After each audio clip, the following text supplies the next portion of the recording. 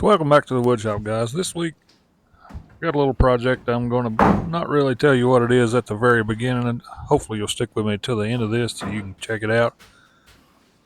Now, originally I was going to say this is going to be a project you can use with 2x8s, and it's ended up only you taking one, so it actually worked out pretty good. But you can see there I actually pulled up two, just to make sure I had enough. Wasn't really sure because I didn't go by plans on this.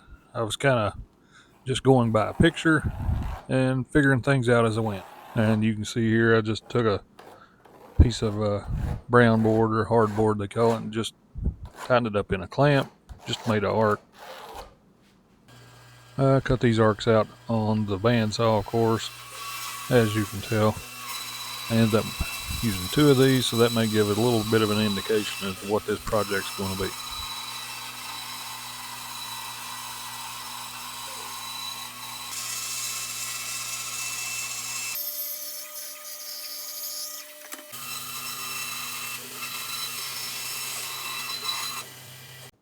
And here I'm just using the first one to trace the second one.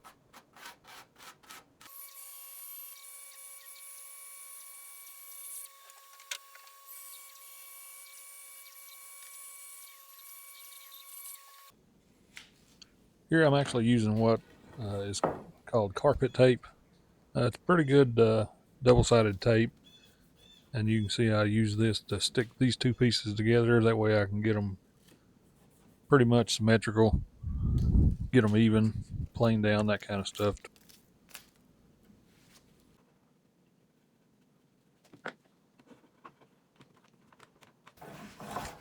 So I started out using a spoke shave, and it does pretty good, although it's a little slower on removing material to get it knocked down, but I didn't want to go too far, of course.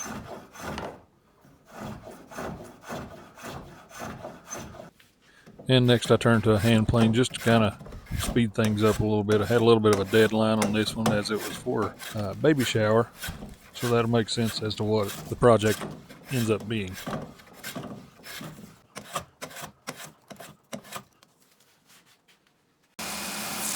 And just kind of smoothing everything up with the sander. And next I've got the inside to contend with, so I started back with the spoke shave. Now on this one I do have a curved spoke shave, but I've not quite got the hang of it, so I just went with a flat one and it was working just fine.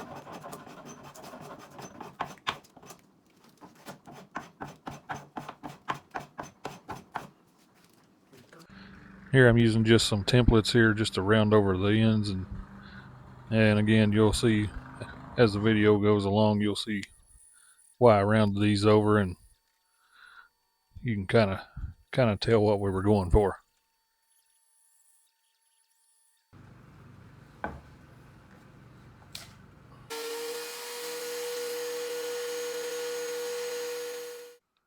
Now, as you can see, I kind of keep going back through the processes over and over just because, like I said, I was not using plans for this. I was just building this by looking at a picture. And so I kind of wanted to size everything up as I went, so I couldn't really make, predetermined measurements, that kind of stuff. So I had to do them basically one at a time.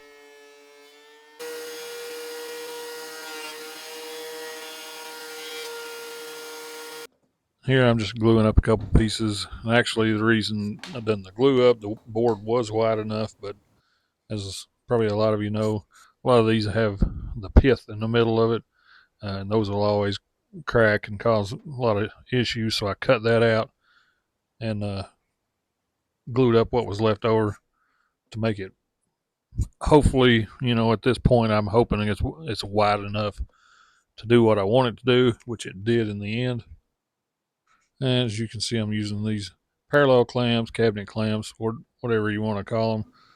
I've got a couple different brands so far. I've got the Pony Jorgensen's and the Harbor Freight brand, which is Bremen, I guess is how that's pronounced. But either way, you can see this cherry house. Once I've got it planed down, how beautiful it is. Cherry is one of my favorite woods.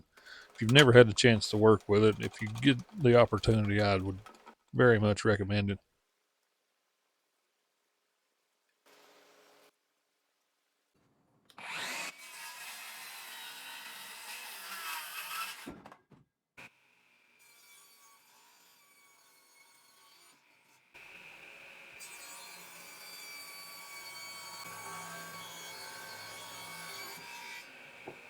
As you can see here, this Enjoy Wood brand, I'm going to call this a featherboard, for lack of a better word. You know, it actually just presses up against the wood, keeps it tight to the fence, and it does a really good job. And I'll try to leave a link to these tools in the description as well, in case you're interested in some of these.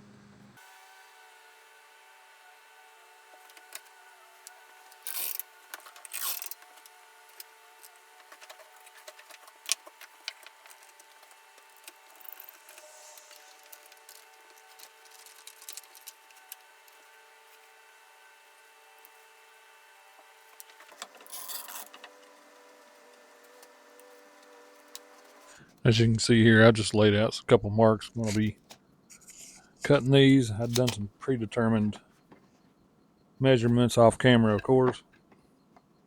Kind of went with what looked to be in proportion. And as you can tell here, if you couldn't tell by the video, these pieces I'm working on here are rockers, and you can kind of guess what that would be for. But as I said, I hope you stick to the end of the video, just see exactly what I'm talking about.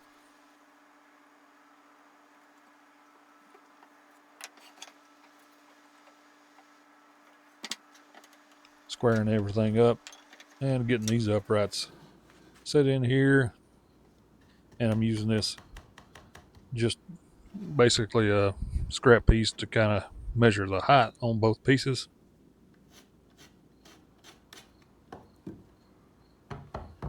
And just using a square to kind of keep these centered in the pieces that go across, so that they stay, you know, kind of uniform.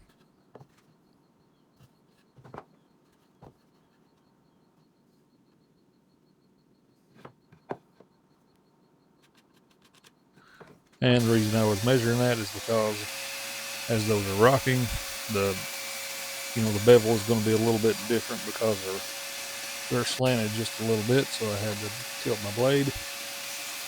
I don't remember the exact angle. It seemed like it was around 5 degrees. Okay, now on these pieces, they ended up being just a hair over 7 inches. And I wanted to take an inch off as a taper, so it's 7 at the bottom and it tapers up an inch on each side, so it ends up being about 5 inches at the top.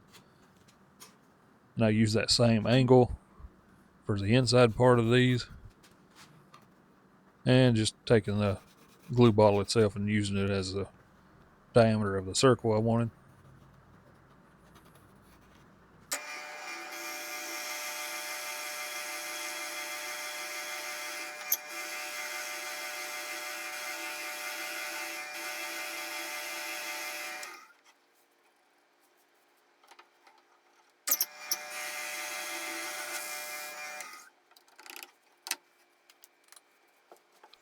Okay, now it's back to the bandsaw. I'm cutting out the inside parts of these, as well as the ends I was talking about for, the taper.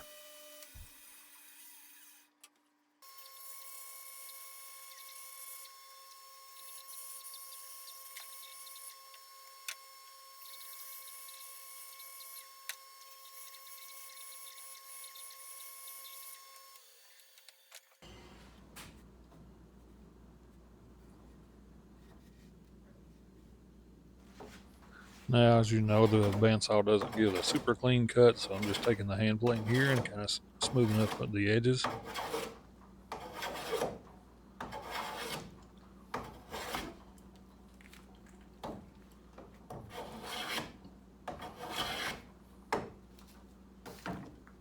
Didn't have it in the vise as tight as it should have been, so loosened it back up, re-tightened it, going back at it with the plane again.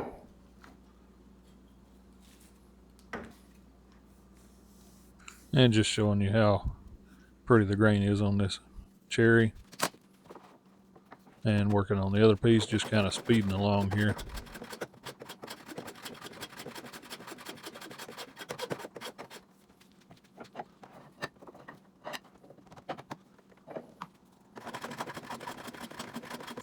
And here I'm just centering up these center pieces, and if you didn't know by now, we're kind of far enough into the video. This is a rocking horse, and so the bottom part's rock, and the parts I'm adjusting here are what would be considered the legs.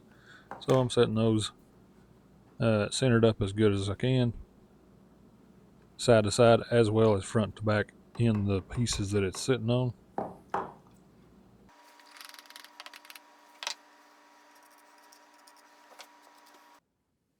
And what I've done is just offset the leg itself, as you can see here, but I held it up there just so that I could kind of go by the angle and adjust my drill to that angle so that the screws aren't,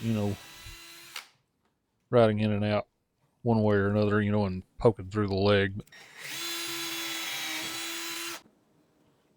Here was a little bit fidgety. I was just using a couple of squeeze clamps to kind of hold these in place enough to get it to where I could put the screws in it. Of course, this is just pre-assembly, nothing permanent just yet.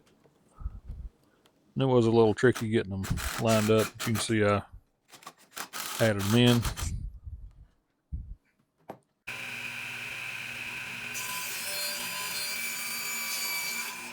So now you can tell I'm working on the seat part of it, and I left this extra long just to give me, like I said, give me a little extra breathing room here just so I could make adjustments.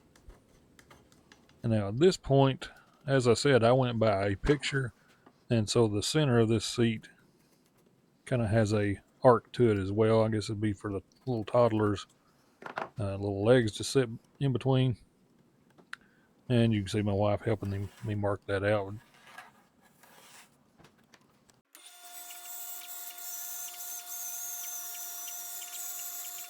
Once again, back over to the bandsaw just to cut that arc out.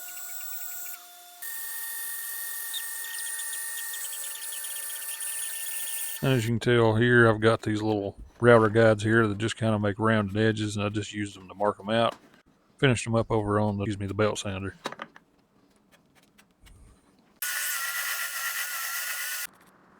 And just to kind of speed things along, marked out for the holes for the screws to hold down. Now these I ended up drilling and then countersinking as well, because I'm going to be adding walnut plugs in here just to give it a contrast and hide those screws.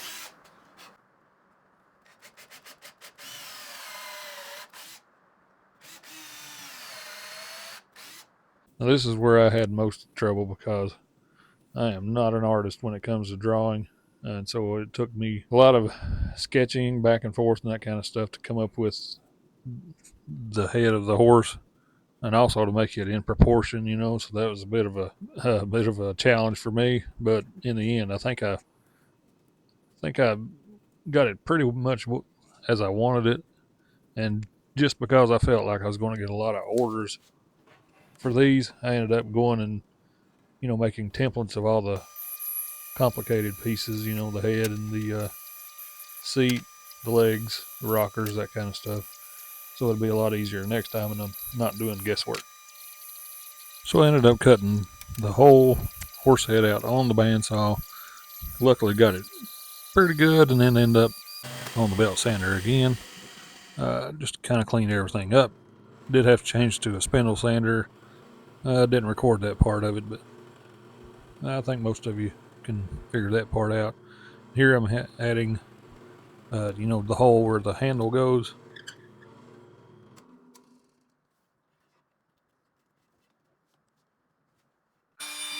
And if you can see here, I actually recently added a cordless router.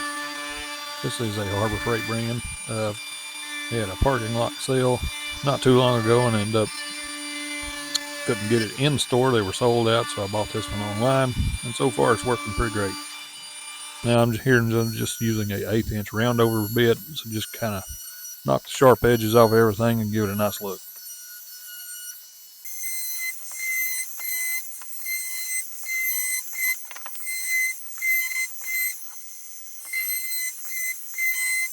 And speaking of templates from earlier, I'm just kind of showing you my process here.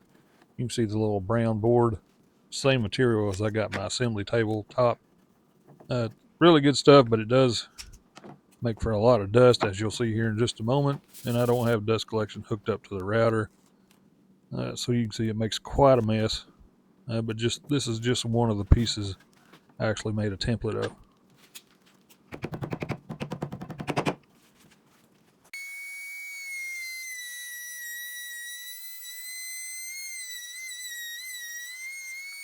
just using a flush trim or a pattern bit, just kind of make it all the same. Taking sandpaper and just kind of knocking back the burred edges, peeling it off, and you can see some of the dust actually gets trapped up under there, but it actually makes for a really great pattern. Now here, this little small piece is just goes at the back. I guess it'd be the back of what you'd consider the saddle. And instead of being just straight across, I decided to add a little arch to it as well. Sanding it up and also smoothed it over with the router too.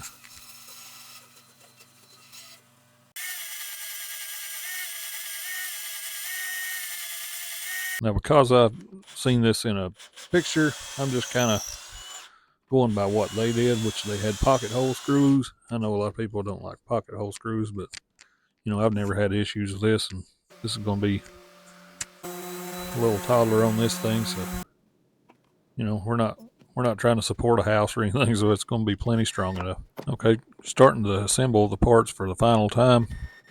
You can see I got the blue tape around the bottom of the feet just to kind of prevent any glue from getting all over it and making a mess.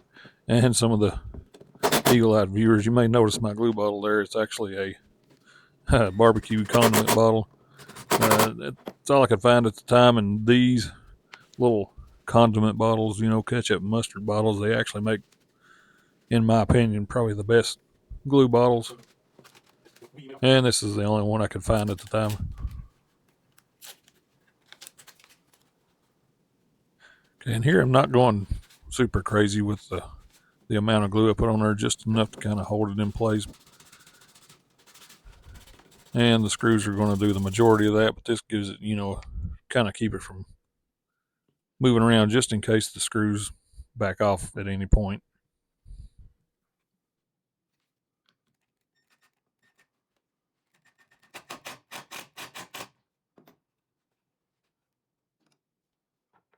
And as you can see here, I'm constantly checking the square, making sure everything's lined up.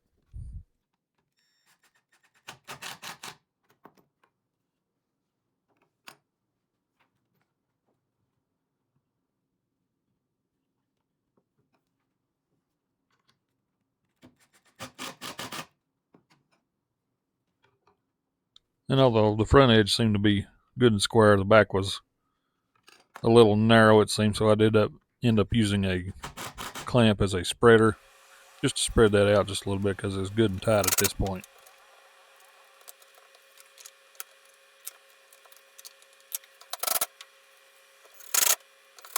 This back piece I was talking about is a little tricky as far as how to clamp it up and get it lined up, which I marked it out, where it needed to go off camera. But getting it lined up, getting that first screw in's a big help to get everything where it needs to go.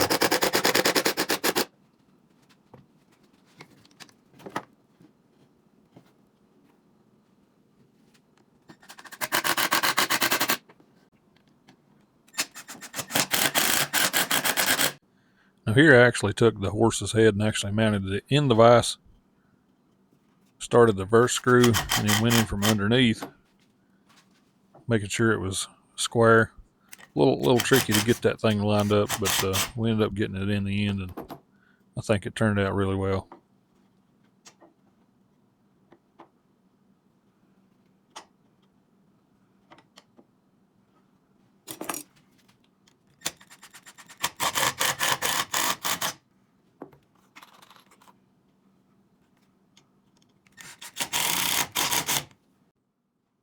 So I kept it in the vise, turned it upside down, figured it'd be easier to get to those pocket hole screws from underneath. Now this was actually a customer project. This was a good friend of ours that wanted to buy this for her sister for her upcoming baby that's going to be born. So, but it actually took me a little longer than planned. I had a lot of projects in the shop. I had deadlines, and this one kind of fell into, basically I got it done just a couple days before it needed to be done. So it worked out in the end. Now here you can see I'm drilling these plugs out of walnut. Just had a kind of a scrap piece there, and taking screwdriver, popping these things one way and then back the other. It kind of breaks them loose, makes it easier about getting them out. Of course, you can take them to the bandsaw. I just didn't want to do that. I just pulled them out. It took a little longer, but we got them.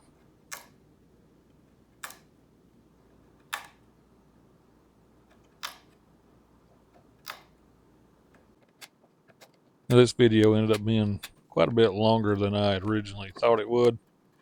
It seems like all of mine do, but you know, a lot of these were, I felt like, vital steps, and each one of them needed to be shown to kind of show the process I went through to, you know, achieve the end results. And here I'm just knocking in the walnut plugs. Of course, they're a little bit longer. And originally, if you've tried flush trim saws, they tend to chew up the wood if you're not careful. And I end up taking a little bit of painter's tape, putting it on the saw, trying to prevent a lot of that. And it still didn't really help, so I ended up switching to a chisel, which worked better. You could actually go with a straight grain on these and basically just kind of pop them with your hand a little bit, and it would cut off, as you can see here, and then just take and just kind of finish them up, run over them with a sander a little bit, and then they were great. That's also one of my favorite combinations is cherry and walnut. Man, it just the kind of reddish tint of the cherry along with the darker, you know, color of the walnut. It just really, they really kind of just go together in my opinion. It just really gives a nice look. And here originally I had a dowel that I was going to use, but it was pine, and the more I thought about it, you know, the less I wanted to use that. So instead I just took actually a handle I had that was made out of walnut and just turned it down to what I needed. And as you can see here, I fit it into the head of it, and I think we made the right choice there, because that walnut looks so much better than that pine would have. And so we're close to the end, guys. You can see here I've got some medium walnut Danish oil, and I wiped this entire thing down with a good coat, let it sit overnight, then wiped off any excess. And as you'll see in the video, once I let that dry for a day, I came back with just a little bit of wax, homemade wax that I use, and give it a good coat of that as well. You'll see the results here, but absolutely beautiful.